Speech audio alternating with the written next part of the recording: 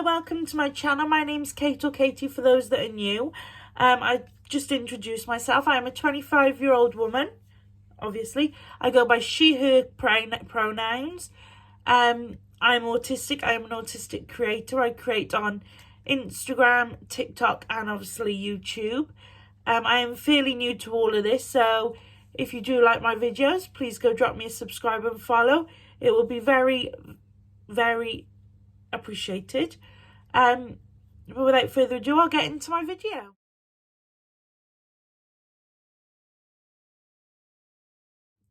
Good morning. As I said, welcome to my channel. This month is Autism Awareness Month, and I wanted to talk to you a bit about autism. I am autistic myself. I was diagnosed at 25, so that was late last year, about November time.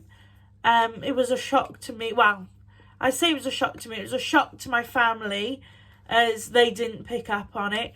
But it wasn't a shock to Jack, and it wasn't a shock to my friend Hayley, as they thought I could have been autistic. But how I got diagnosed was, it was early lockdown. It was in the rift, whatever you want to call it, of COVID. It was about April time. I was really struggling to what I now know as OCD and schizophrenia. I was diagnosed then, and it was very tough for me. It was not a good time, lockdown, and I still struggle with certain things now because the lockdown has really had an effect on me mentally, to be honest. But like I said, I rang the doctors because I was struggling, and they referred me to the mental health team.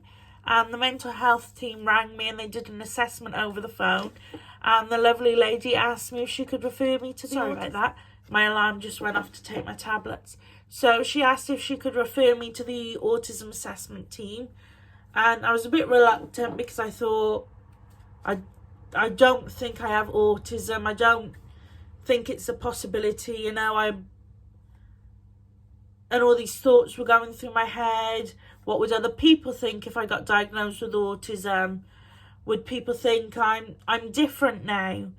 But truth be told, I was no different after my autism assessment to before my autism assessment. I was still the same person, except I stopped masking. But anyways, I went for my autism assessment. My first one was over, I think it was Microsoft Teams, something like that. Me and my mum did it from the lounge on my iPad. She had to go through all my childhood. We had to talk about school. There was a lot to talk about and a lot of information to give. But before I did that, I just remembered I had to fill out a form, which my mum and Jack did together. They both filled out the form. My mum gave Jack the information, and then he writ it out. Because you were allowed to do it from through another person's eyes, really, to what they see, because you don't see how you act personally, do you? But Jack's seen it and he knew all about it, and so did my mum.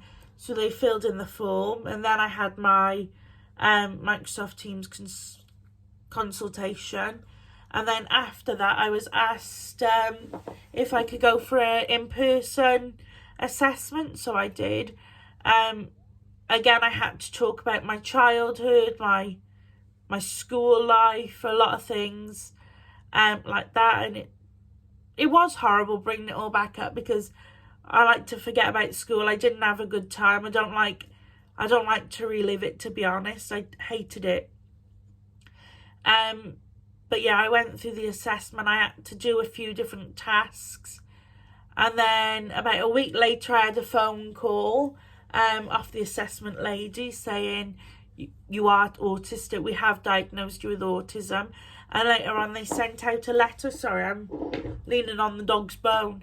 And after that they did send out a letter just explaining that I am autistic and some information, but I didn't get a lot from that letter. It didn't tell me what autism was. I am still waiting for another in-face appointment for more of an explanation and what my autism is and a load of different things. But I did a lot of research myself after finding out that I did a lot of research after finding out I possibly could be autistic. and then I continue to do it now because I'm not 100% certain what autism is. I don't know the ins and outs of it, so there's always something to learn. I like watching Purple Ella on YouTube. I believe she goes by Purple Ella and Coco on TikTok. But I get a lot of information from her videos. They're very helpful. But there is a lot out there to help you learn what autism is. So I would really recommend it, even if you don't know or don't think you're autistic, or you're definitely not autistic, if you just take some time and learn what it is, because you might see a child having a tantrum when in reality that's a meltdown, or you might see an adult behaving differently and then you know why it's happening.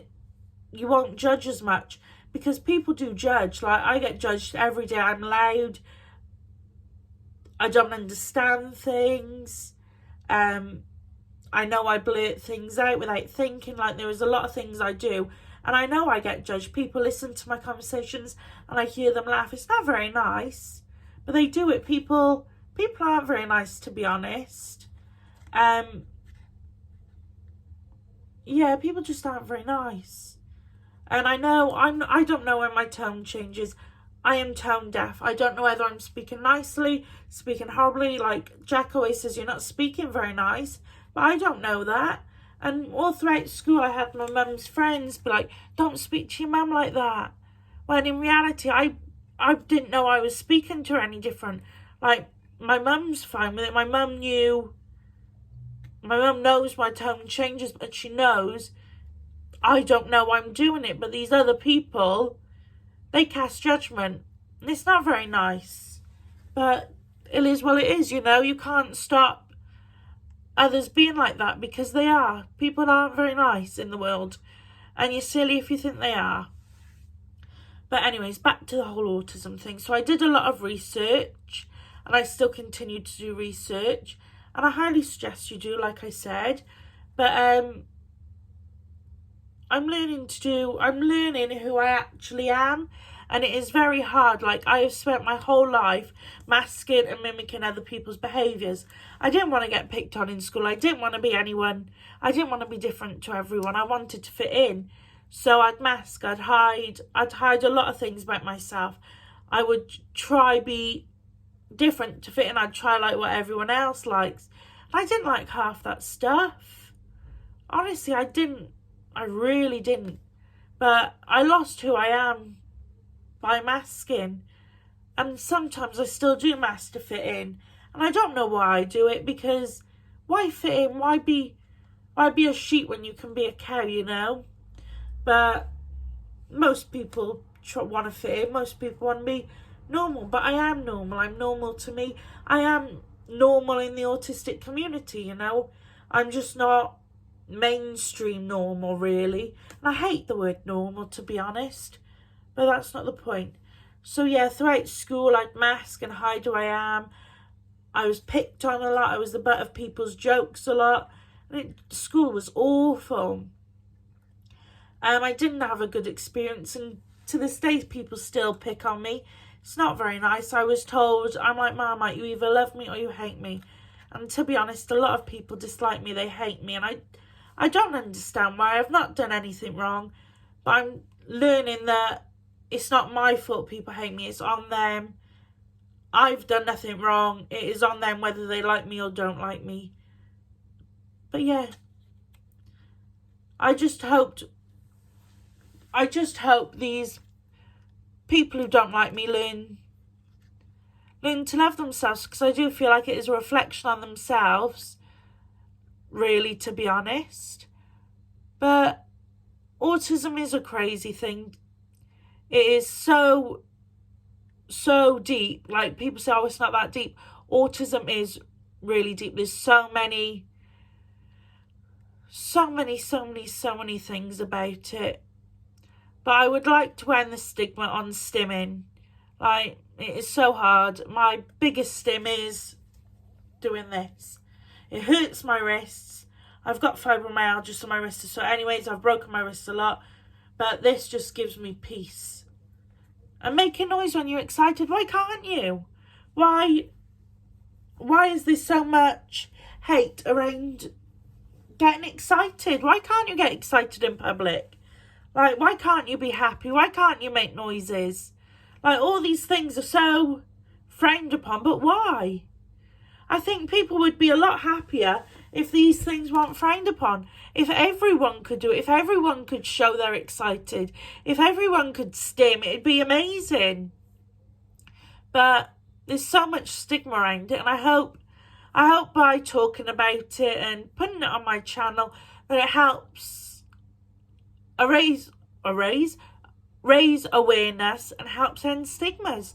But that's all I've got to say about autism at the moment. If there's anything you'd like me to talk about, if there's anything you want to know, just drop me a comment. I'm happy to talk about it even more. But that's my video on autism and my autism personally. I hope you've enjoyed the video, and I hope to see you again on my channel. Bye.